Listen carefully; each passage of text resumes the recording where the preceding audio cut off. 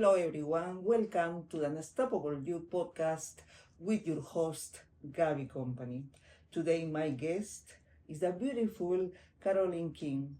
She's a speaker, international author, kinesiologist, habit coach, mindfulness and happiness coach, heart math practitioner, positive psychology master coach, holistic counselor, master life worker, hypnotherapist, ambassador, and coach.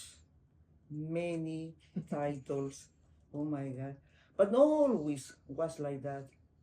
She suffered in the past. She overcame cancer, depression, anxiety. How is possible to change our life coming from that place?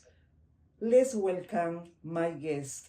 Thank you. Welcome, Carolyn, for being with us. Thank you, Gabby, for having me. I'm really excited to be here with you today.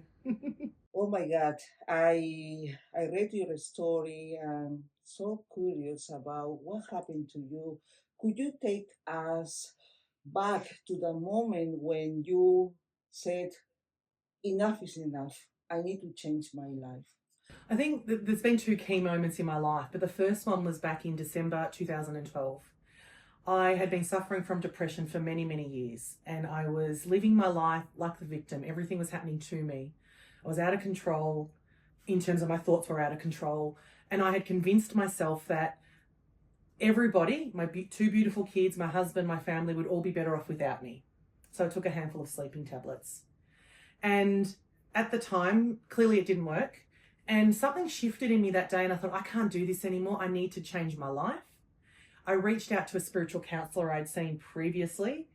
And from the first session, I knew that she would help me change my life. And she did. She helped me to really change my mindset. She helped me to uncover the thought patterns that were going on in my life. I was with her for 5 years, seeing her every week for group sessions. And then fast forward to 2017, at the end of 2017, I burnt out. I essentially burnt out. I was working part-time as an office manager, accountant. I was running my business part-time, and I noticed this anger coming up at me all the time, and I totally burnt out. I couldn't do it anymore. I no longer enjoyed my job, which I had enjoyed for years, because I loved my business so much more.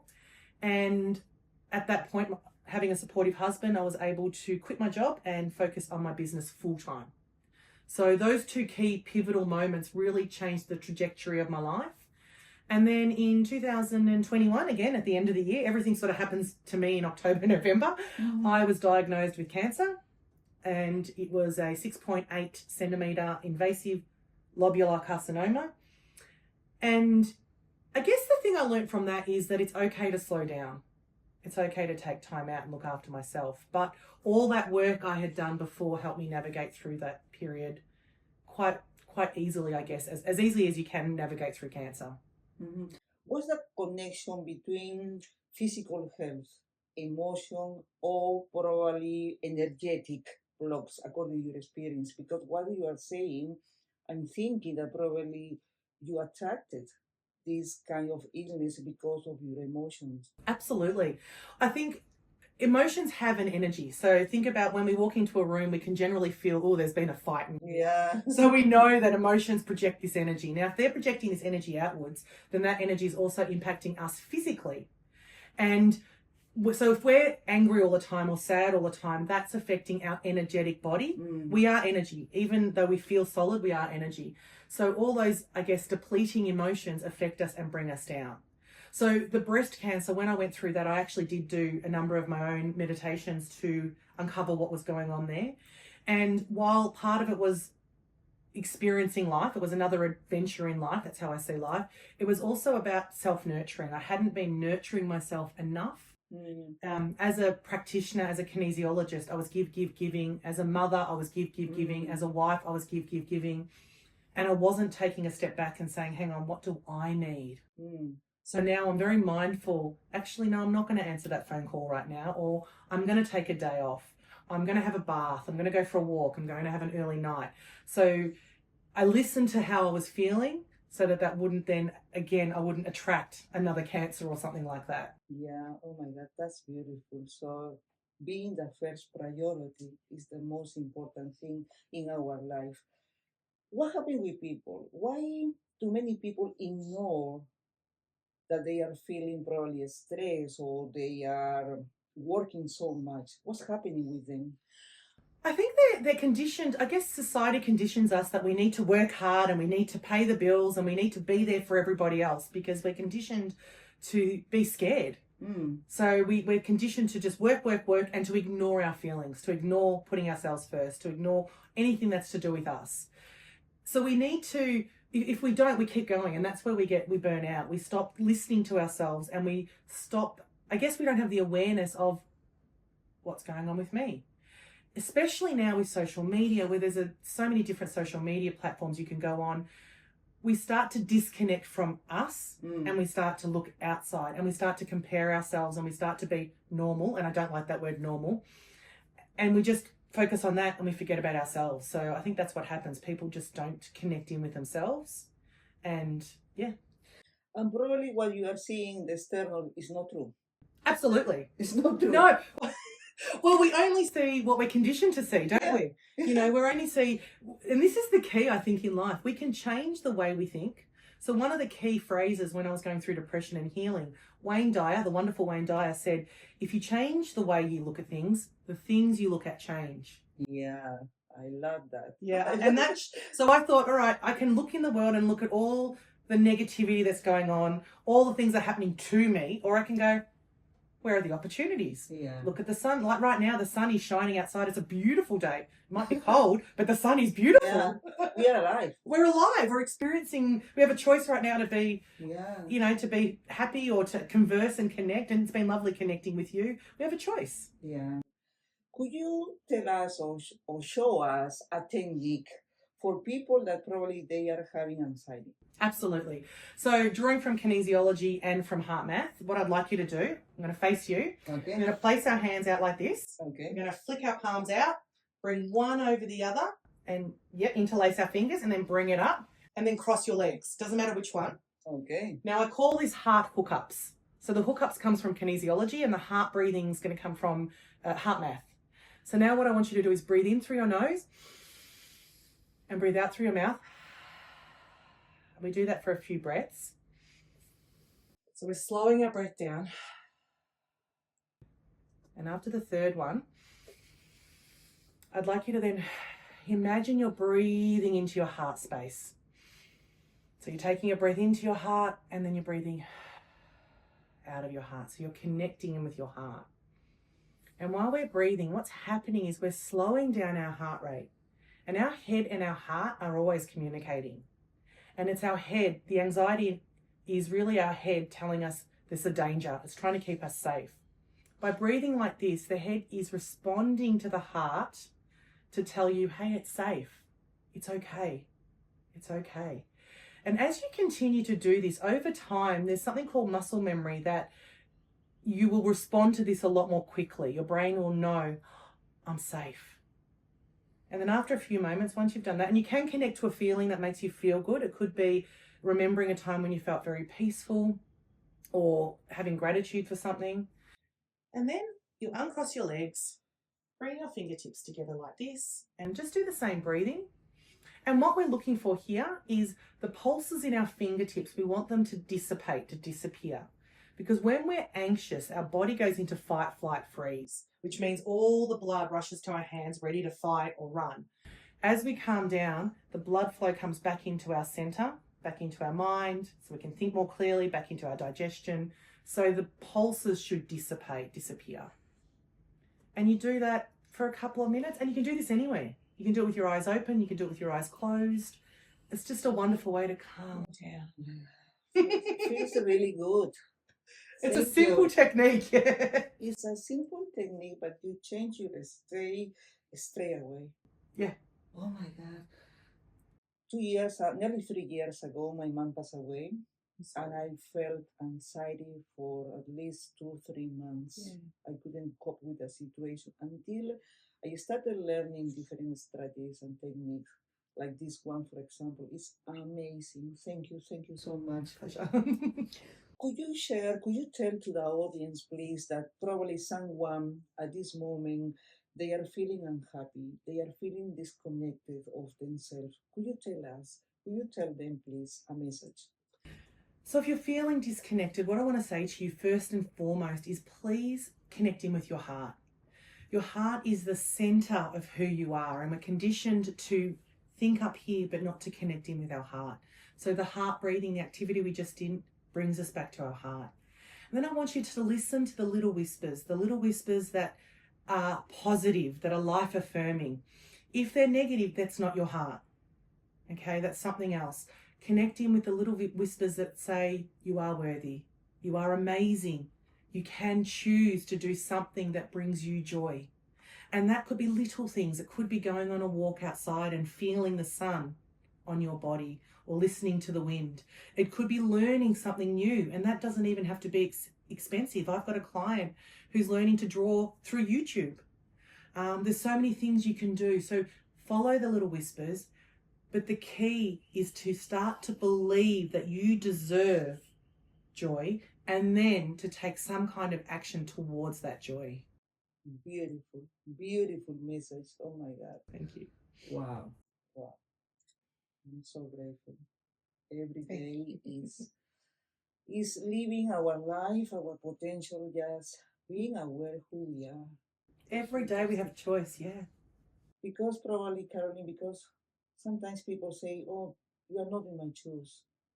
You don't know my situation. What would you say to them?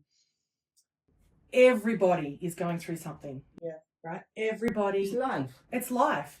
When I was going through cancer, not everybody knew I was going through cancer because I wasn't living my life from the perspective of, oh, I've got cancer. The moment I found out I had cancer, I was like, oh, thank God they found it.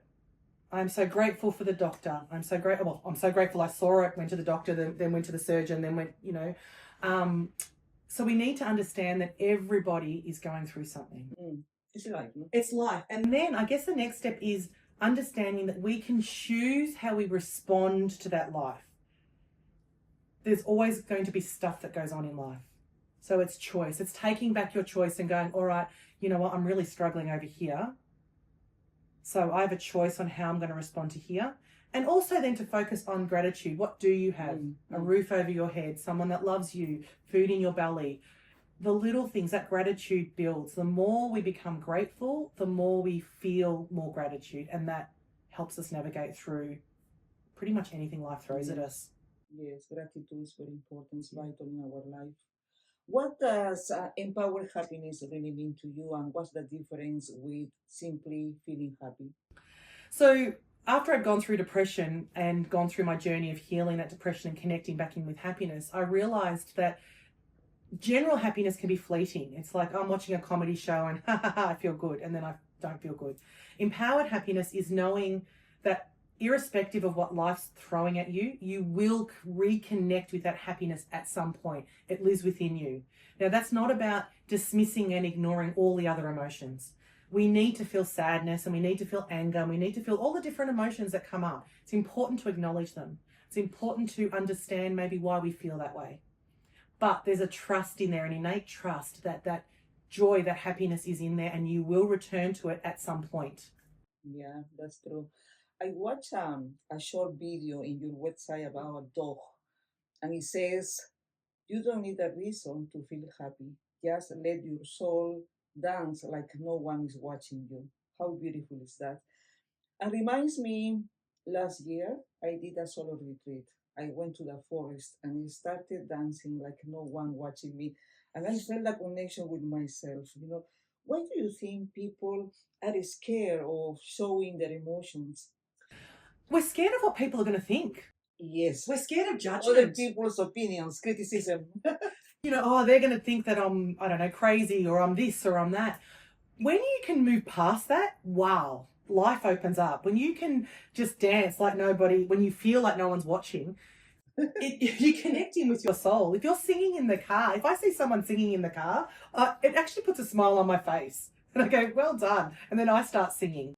So I think when we become more comfortable within ourselves to do what's right for us and act like no one's watching and bring ourselves that joy, we inspire others to do the same. So it's so important. It's empowering, isn't it? Yes, of course. Yeah, it's a big difference. Oh my God, that's That's fantastic.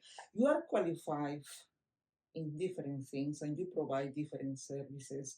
How do you help people when they come to you and say, Caroline, I tried everything and still I'm feeling stuck and unhappy? What would you say to them? I would say, well, first of all, I show them how kinesiology is a wonderful tool through muscle testing to connect in with their unconscious mind, to show them physically what's going on. We pull that out. I also talk to them about how they need to connect in with their heart and listen to those messages which we've talked about. But the key to unstuckness is taking action. And it's little actions. It can be starting a new course. It could be driving a different way to work. It could be anything, but we need to do something different when we're stuck. And even if you don't know what that is, it's doing something different, just something a little bit different, getting out of your comfort zone and listening to your heart. And then through all of those techniques, through muscle testing, we can uncover what it is that is right for you. And with kinesiology, it's a wonderful modality. We can clear emotions from the body, stuck emotions from the body. It gives you a freedom to start to explore your life in your way.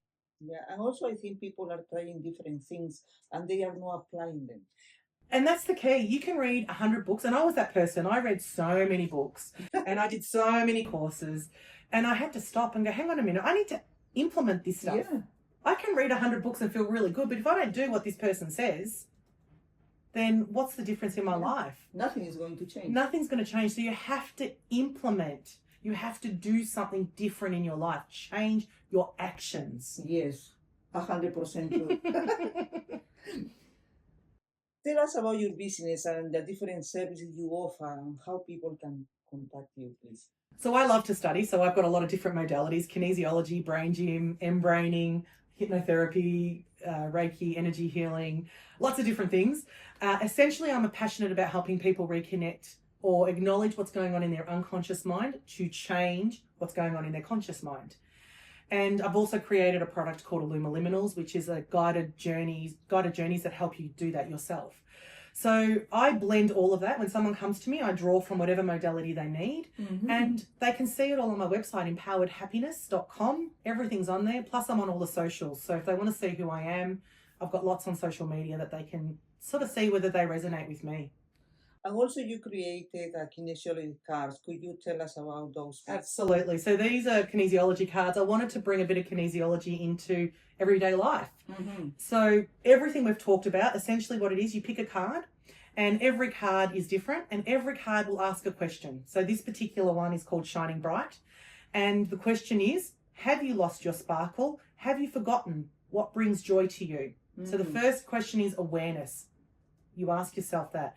The next step is always an action. So in this instance, it's placing your hand on your forehead and placing your hand on your heart and making a list of all the things you love to do. So just make a list, everything that you love to do. It could be going for a walk, it could be reading a book, it could be taking a bath, it could be playing with your dog, whatever it is, make a list.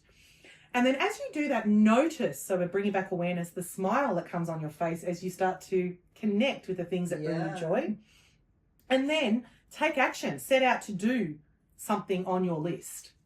So that's that particular card, but every single card is awareness, action, and then the awareness after you take that action, so you can see the shift in you from taking that action. Where can people get those cards? My website, empoweredhappiness.com. Okay, could you share a message to the audience or someone probably that they are feeling guilty because they want to feel first, but they feel guilty because of, I don't know, the family, the kids, and so on and so on. What would you say to them, please?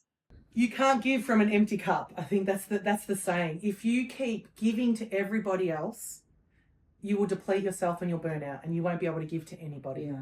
And as a mother, it's so important to teach our kids the importance of giving to themselves. If we're always giving to our kids, we're not teaching them that it's okay to say no, or it's okay to say, I need a break. It's okay to have an early night. All those things are so important. And I've learned that lesson myself. Running a business, I don't need to answer my phone at 11 o'clock at night. I don't even answer my phone at 8 o'clock at night because my phone is in the other room. That's my time to I guess, refuel myself, do things for me, so that when I am with people, whether it's clients, whether it's family, whether it's with friends, I have the energy to be fully present with them. Yes, I agree 100%. Oh my God. Thank you so much, Caroline. Thank you. It was an honor and pleasure to have you. Thank you so much. Thank you, Gabby. Thank you for having me. Thank you. Oh my God. I'm sure you enjoyed this episode. I'm so grateful with knowing and learning a lot from my guests. Thank you so much. It was Gabby Company in Melbourne, Australia. See you next time. Bye.